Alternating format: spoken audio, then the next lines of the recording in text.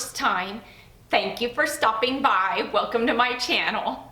Stick around a while by clicking that red button for more crafting on a budget, more everything on a budget videos to come. And if you click it again when the bell appears, YouTube should notify you every time I upload a new video, ? Depending on the option that you choose in the drop-down menu of the bell. If you're interested in following me on social media, you can find those links in the description box below. What have I got going on for you for today? Today I am bringing to you another one of those DIYs using this felt bunny pack. This is amazing because you're getting, oh, it only says it right there. You're getting 8 felt bunnies in a pack. And although I don't much like all the colors that are in there, I love that you're getting 8 bunnies for $1, and it's a cute size bunny. And so today we will be utilizing the bunny, not as a garland, and I am excited about today's DIY because it is going to be so stinking cute. I can hardly stand it. I can't say that it has turned out cute because I haven't done it yet because I'm holding them in my hand, but I have a vision of what I want these to be, and I know it's gonna turn out amazing because these bunnies are the perfect size for it. Last year, I made the most adorable garland out of it. If you did not see that DIY, I will link it in the description box below for you and on the end screen of this video. I'm gonna quit my gabbing. Let's jump into it and let's do some Easter DIYing with these felt bunnies. Let me show you how cute they turn out. You're gonna love this. Alrighty, so getting started with today's felt bunny DIY. I tell you, these are one of my favorite items at the Dollar Tree around Easter time. I'm going to be using 6 of the 8 bunnies. Now keep in mind, there are 8 bunnies, so if you don't like what I'm doing with the bunnies, you've got 8 bunnies to work with. You can very easily switch it up, and you'll see what I mean by that here in a minute.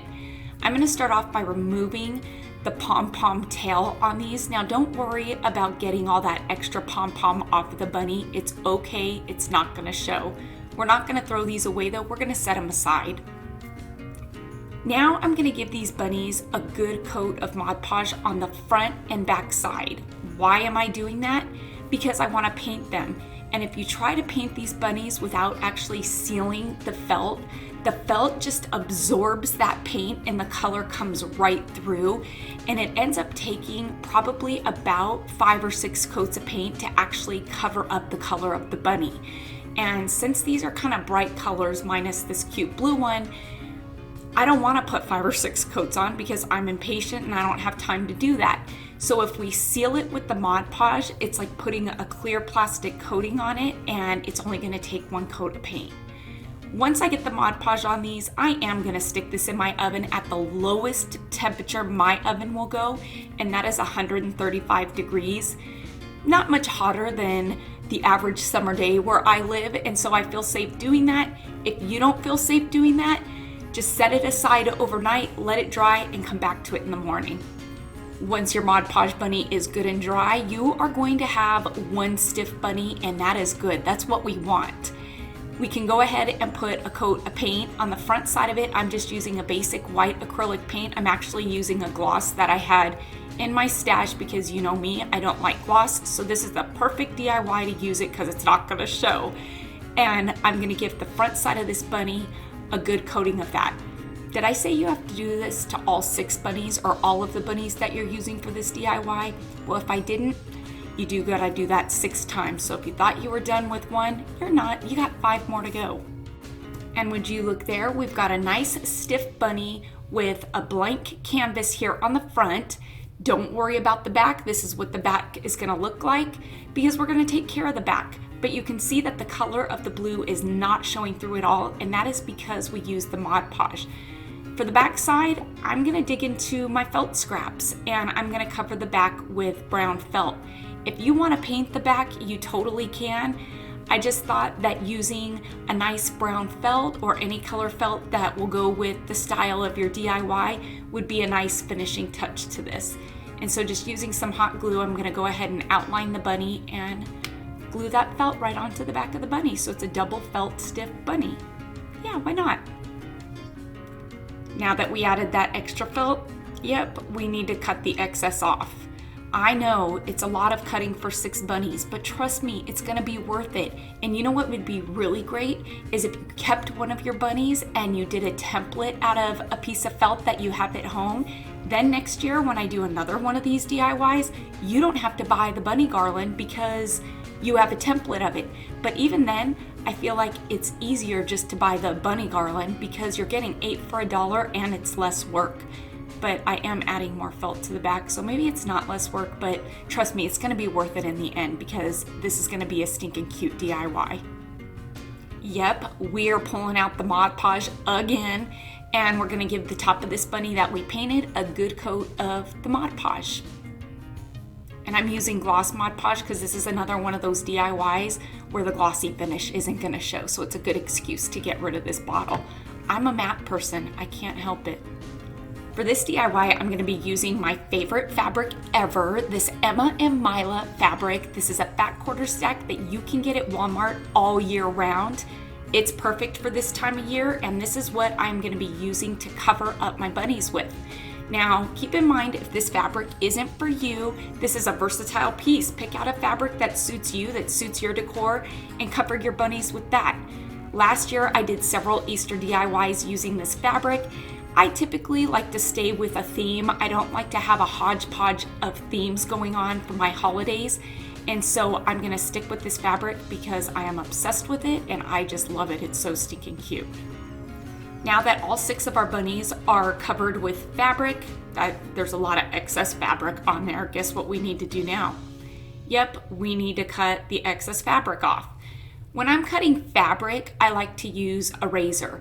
I find that it's easier, it's quicker, it only takes a couple of minutes to go around the bunny using the bunny as a guide, and the fabric is stiff because of the Mod Podge, so it cuts through just like paper. When I was cutting the felt off, you can't really cut felt with a razor because it just kind of snags and pulls, and so I was forced to use the scissors, but yep, you are gonna need to cut that excess fabric off and just do it because I promise you this DIY is gonna be worth it. And if you're gonna say that this is a lot of work, come on, we're DIYing and we're DIYing because we like to and we like to create our own decor pieces. And so you're gonna enjoy cutting off the excess fabric, right? Okay, maybe not, but we're gonna do it anyway because the outcome is worth it. I love, love, love that country quilted look, and I want to give that look to these bunnies. And so to do that, I'm going to add some brown stitching around the inside edge using a really thin paintbrush and some brown acrylic paint. The brown that I'm using is Burnt Umber by Apple Barrel. When doing this, you can see how just adding that simple stitching just finishes off this bunny. It gives it just a finished look and it changes it from looking like just a felt bunny that we covered with fabric to actually a quilted piece. And that is the look that I'm going for with this. And now we're gonna take our pom-poms that we set aside, we didn't throw away, and we're gonna replace them back onto the bunny's bum. And so you can see that's why I wasn't real worried about getting all that excess cotton off, because once we put this back, nobody's gonna be none the wiser, so why put all the extra work in? Now these bunnies are gonna stand up. To make them stand up, I'm gonna glue 2 Jenga blocks together, just stacking them on top of each other. Then I'm gonna glue these to the bottom back of the bunny. See, now you know why I said the stiffer the better, because the stiffer your bunnies are, the straighter they're gonna stand up. Look at that, isn't that cool? Awesome. Now I will tell you that these bunnies would not have stood up by themselves had we not put the Mod Podge and the extra felt and fabric on. I had tried it and they were just kind of floppy, and so you just gotta do it this way if you want them to stand. We can't have our stand standing out. Dun-dun-dun. I know, I'm a nerd, I can't help it. So I'm gonna go ahead and hit this with some burnt umber paint just to kind of disguise it a bit. I'll also be using some of these wood letters by Crafter Square that you can get at, you guessed it, the Dollar Tree. I'm gonna give these a good coating using some of Waverly's Antique Wax, because why not? This is one of my DIYs. Of course I'm gonna incorporate this into my DIY. Now keep in mind, if this style and these colors are not for you, I say pick a fabric you like, pick a paint you like, and make it your own, make it suit your decor. You don't have to do it exactly like mine. I'm just bringing you the idea. So, you know, like I always say, you take what you like, you leave what you don't, and you make it your own. Get creative. Before I glue my letters on, I'm gonna lay out my bunnies because I've got different patterns of fabric and I wanna make sure that it just kind of flows nicely. Once I've got that flow going, I'm gonna go ahead and hot glue my letters onto each bunny. What's great about this DIY is it's very versatile. You can do any word you want, you can do your last name. You've got 8 bunnies to work with.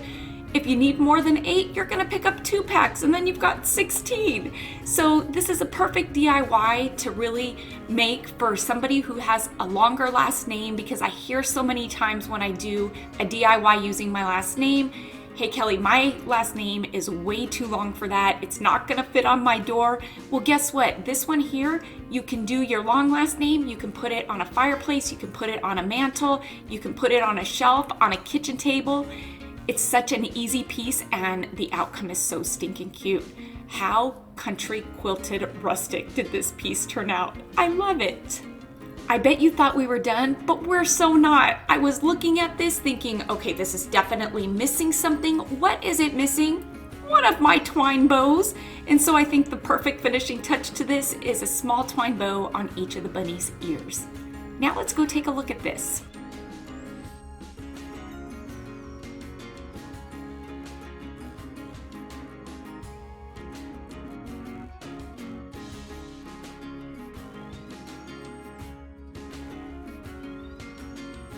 And I absolutely love that Emma and Mila fabric. I did not get sick of it last season, and so this year I am gonna use it again.